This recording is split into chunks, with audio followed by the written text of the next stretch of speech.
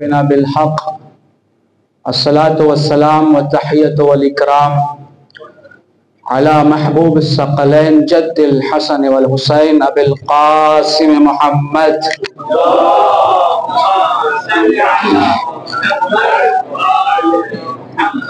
وآل بيته الطيبين الطاهرين المعصومين المظلومين ولعنة الله على أعدائهم ومنكر فضائلهم ومصائبهم وشجاعتهم وولايتهم أجمعين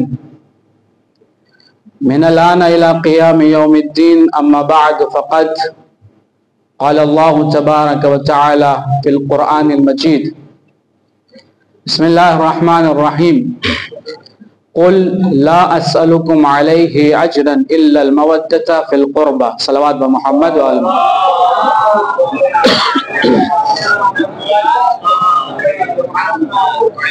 گزارش ہے ایک مرتبہ سورہ حمد اور 3 مرتبہ قل هو اللہ کی تلاوت فرما کر صغرا بھائی غلام علی بند علی، غلام علی سلیمان بند علی اور کریم رواجی کی فیملی اور ان کے خانوادے کے لیے، اور پیار علی، رجب علی خیمچی اور سکینہ ابراہیم دتا کی ارواح کو سال فرما دیجیے.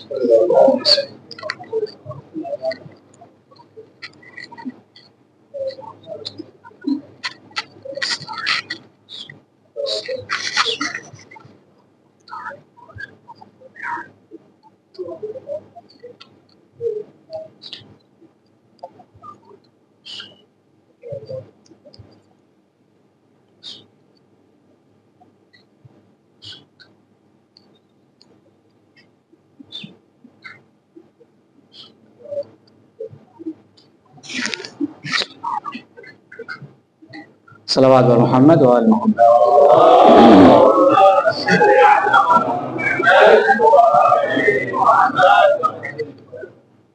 یقیناً یہ مجلس سرزمین عراق پہ ہو رہی ہے، لیکن اس کا امتیاز یہ ہے کہ یہ اردو زبان میں ہو رہی ہے. تو میں بہتر اور افضل سمجھتا ہوں کہ عراقی انداز میں نہ بیٹھتے ہوئے پاکستانی اور ہندوستانی انداز میں بیٹھیں، تاکہ پڑھنے میں بھی مزہ آئے اور سننے میں بھی لطف آئے. تھوڑا تھوڑا آگے تشریف لائیں. صلوات پڑھیں.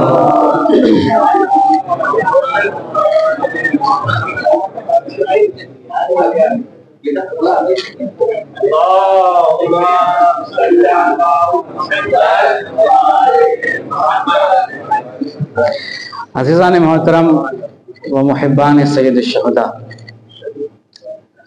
تمام تعریفیں ہیں اس خدا کے لیے، اس پروردگار کے لیے کہ جس نے ہمیں عدم سے نکال کر وجود عطا فرمایا.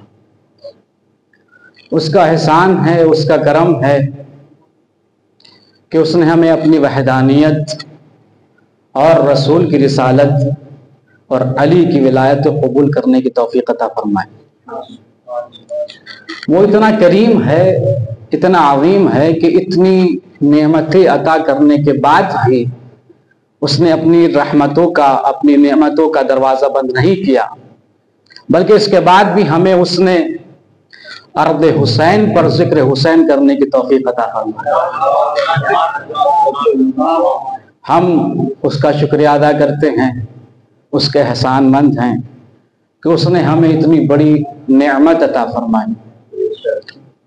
کیوں؟